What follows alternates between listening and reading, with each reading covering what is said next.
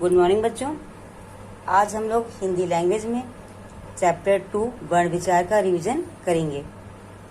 तो इसमें हम लोग पढ़ेंगे वर्ण क्या होते हैं, कितने प्रकार के होते हैं। तो सबसे पहले आपको बता दें कि वर्ण क्या होता है। वर्ण भाषा का सबसे पहला आधार होता है। प्रीवियस सेक्शन में हम लोगों ने पढ़ा था कि भाषा के 3 आधार होते हैं। सबसे पहला वर्ण, दूसरा शब्द और तीसरा वाक्य। तो वर्ण सबसे पहला आधार होता है। वर्ण मुख से बोली जाने वाली ध्वनियों का वह रूप है जिस पर कि संपूर्ण भाषा आधारित होती है, अर्थात वर्ण पर पूरी भाषा निर्भर करती है।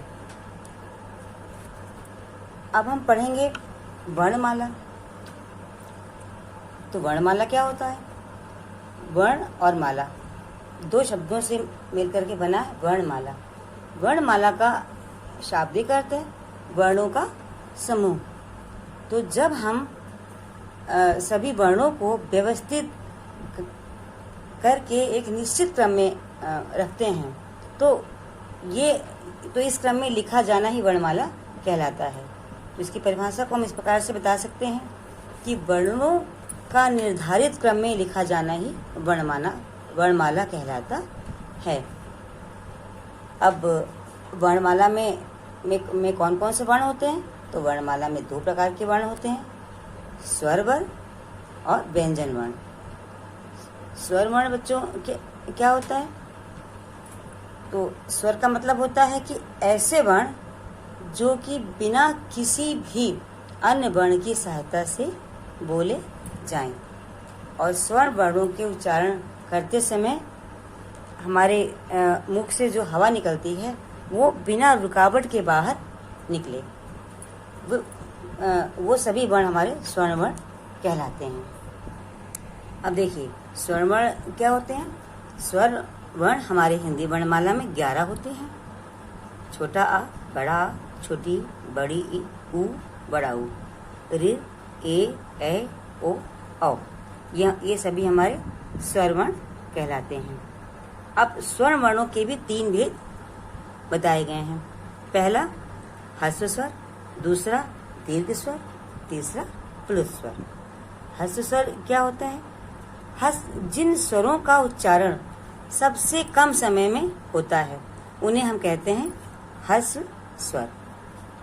तो ये 4 होते हैं, छोटा आ, छोटी ई, ऊ और ऋ। ये हमारे ह्रस्व स्वर होते हैं। दूसरे नंबर पर है दीर्घ स्वर।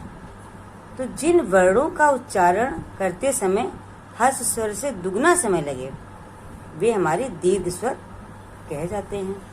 जैसे बड़ा आ, बड़ी ई, बड़ा ऊ, ए, ओ तथा औ। ये 7 स्वर ऐसे हैं जो दीर्घ स्वर कहलाते हैं। अब हमारा है नंबर 3 प्लुत स्वर। प्लुत स्वर क्या होता है? तो ऐसे स्वर जिनके उच्चारण में हमें ह्रस्व स्वर की अपेक्षा 3 गुना समय लगाना पड़े वे प्लुत स्वर कहलाते हैं। और इनको जब हम लिखते हैं तो इसके लिए एक चिन्ह होता है। जैसे अंग्रेजी में आप पढ़ते हैं यस का लेटर होता है, तो उस तरह से एक चिन्ह लगता है जो कि छोटा आ होता है। इस चिन्ह का प्रयोग होता है। जैसे ओम, राम, मैया, इस तरह के शब्द। तो इनको बोलने में ह्रस्व स्वर की अपेक्षा 3 गुना समय लगता है। ये हमारे प्लुत स्वर होते हैं। अब हमारा आता है अनुस्वार। अनुस्वार क्या होता है? तो बच्चों अनुस्वार एक नासिकीय व्यंजन होता है। नासिकीय का अर्थ होता है कि जिसका उच्चारण हम अपने नाक से करते हैं, यानी कि ऐसे वर्ण जिनको बोलते समय उच्चारण नाक से होता है, इसीलिए इसे नासिक कहा जाता है। ठीक है। और इसको एक वर्ण के ऊपर एक बिंदी के रूप में इसको लगाते हैं। तो जैसे कि कंघा, अब देखिए का के ऊपर एक बिंदी है तो ये अनुस्वार स्वर है। चंदन देखिए नाक से उच्चारण हो रहा है। पंखा, इसमें भी नाक से उच्चारण हो रहा है, तो ये अनुस्वार स्वर हैं। और एक बिंदी की तरह इसको किसी भी वर्ण के ऊपर लगाते हैं। फिर हमारा है अनुनासिक। अनुनासिक क्या है? तो अनुनासिक एक ये स्वर का गुण है, मतलब ये स्वर वर्णों के ऊपर ही लगते हैं, तो इसका प्रयोग स्वरों के साथ ही होता है। इसका उच्चारण करते समय मुख के साथ नासिका से भी ध्वनि निकलती है, मतलब कि जब बोलते हैं इन स्वरों को तो मुख से भी ध्वनि निकलती है और नासिका से भी। अगर उस वर्ण के ऊपर कोई मात्रा लगी है तब हम आधा चंद्रमा नहीं बनाते हैं, केवल बिंदी लगा देते हैं।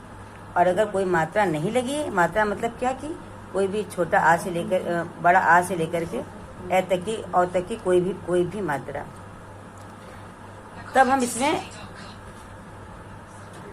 इसमें केवल बिंदी लगा देते हैं। जैसे कि मैं, अब इसमें ए की मात्रा लगी हुई है तो इसमें अनुनासिक में केवल एक बिंदी लगा देंगे।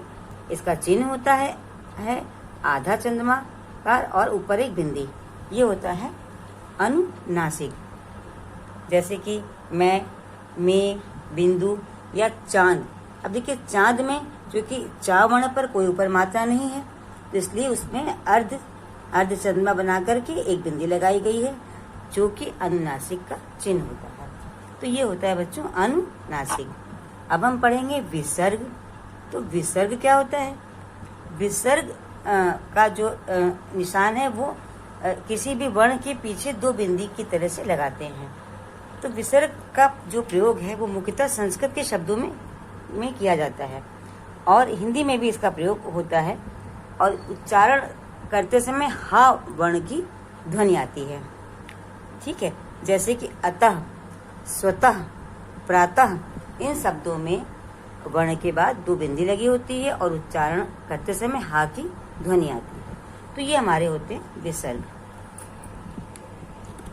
अब हमारा दूसरा वर्ण है व्यंजन वर्ण। तो व्यंजन क्या होता है? तो ऐसे वर्ण जिनका उच्चारण करने में हमें स्वर वर्णों की सहायता लेनी पड़ती है वे व्यंजन वर्ण कहलाते हैं। कोई भी व्यंजन वर्ण बिना स्वर वर्ण की सहायता की नहीं बोल सकते हैं। ठीक है, तो इसकी परिभाषा हम लिख सकते हैं कि जिन वर्णों का उच्चारण स्वरों की सहायता से होता है उन्हें व्यंजन वर्ण कहते हैं। ठीक, अब देखिए वर्णों का उच्चारण स्थान होता है। जैसे कि गले से होता है तो कहते कंठ से हुआ है, तो का वर्ग के जितने भी वर्ण है वो कंठ से उच्चारित होते हैं। अगर हम तालु से बोलते हैं तो उसे हम कहते हैं कि ये हमारे तालव्य व्यंजन है। ठीक है, जैसे चा वर्ग, या वर्ग और शा। तो इस तरह से जो वर्ण जहाँ से उच्चारित होता है उसको उसका नाम दिया गया है। तालव्य है, वत्सर, मूर्धन्य, ओष्ठ, दंत, दंतोष्ठ। अब देखिए व्यंजन वर्ण के कितने प्रकार हैं। स्पर्श व्यंजन, अंतस्थ व्यंजन, ऊष्म व्यंजन। तो व्यंजन वर्णों की 3 प्रकार। सबसे पहला स्पर्श, अंतस्थ और व्यंजन वर्ण।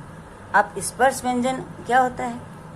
स्पर्श व्यंजन हमारे होते हैं का से लेकर के माँ तक कि जितने भी व्यंजन वर्ण होते हैं वे सभी हमारे स्पर्श व्यंजन होते हैं। स्पर्श व्यंजन 25 होते हैं। अब दूसरे नंबर पर हमारा है अंतस्थ व्यंजन। अंतस्थ व्यंजन क्या होता है? ये ऐसे व्यंजन वर्ण होते हैं जिनका उच्चारण करते समय हमारी जो जीभ है वो मुख के किसी भी भाग को पूरी तरह से स्पर्श नहीं करती। जैसे या, रा, ला, व। अब देखिए इनको बोलने में हमारी जो जिह्वा है वो मुख के किसी भी भाग को पूरी तरह से स्पर्श नहीं करती है। तो ये 4 वर्ण अंतस्थ व्यंजन के अंतर्गत आते हैं। अब नंबर 3 पे हमारा है ऊष्म व्यंजन। ऊष्म व्यंजन बच्चों क्या होता है? तो ऊष्म का मतलब होता है गर्म। ठीक है, तो इन वर्णों का उच्चारण करते समय हमारे जो है मुख से हवा रगड़ खा करके बाहर निकलती है। तो जब मुख से हवा थोड़ा सा रगड़ खा कर के निकलती है तो थोड़ी सी गर्म हवा निकलती है, जिसके कारण जब वो बाहर आती है तो थोड़ा सा गर्म हो जाती है। इसीलिए इन व्यंजनों को हम कहते हैं ऊष्म व्यंजन। जैसे कि श, स और थ। ये 4 व्यंजन हमारे ऊष्म व्यंजन के अंतर्गत आते हैं। अब देखिए हमारा है संयुक्त वर्ण। संयुक्त वर्ण क्या होता है?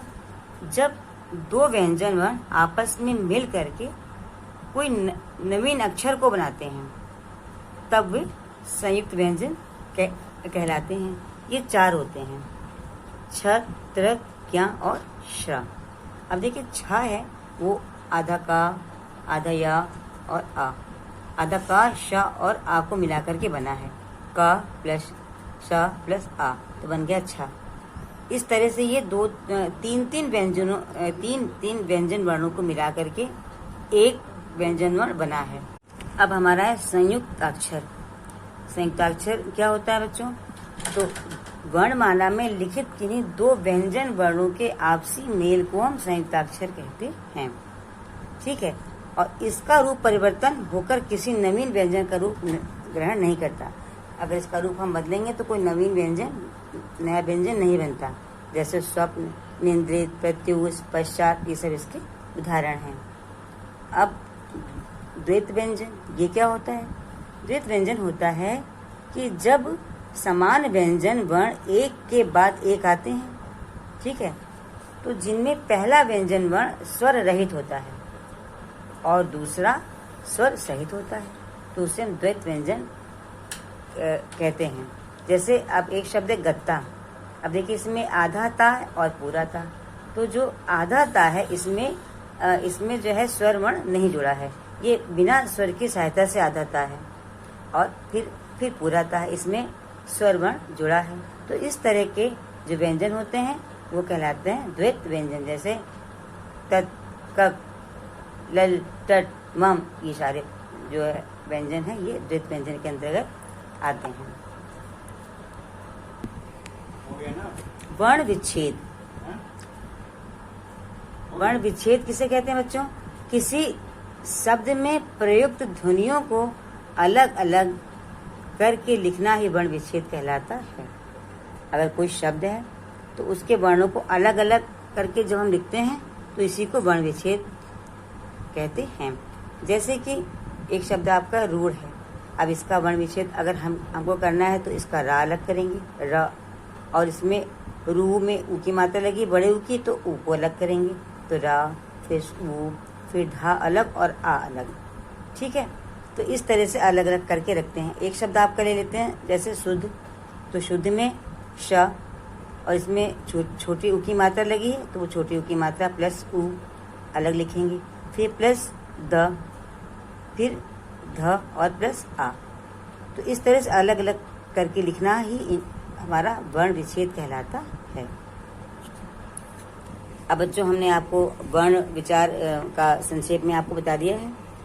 अब शाम को इससे संबंधित प्रश्न आपको देंगे, तो एक बार आप इस पाठ को दोबारा से पढ़ लीजिएगा और इससे संबंधित जो भी प्रश्न होंगे उनको आपको शाम को करके देना है। ओके बच्चों, बाय।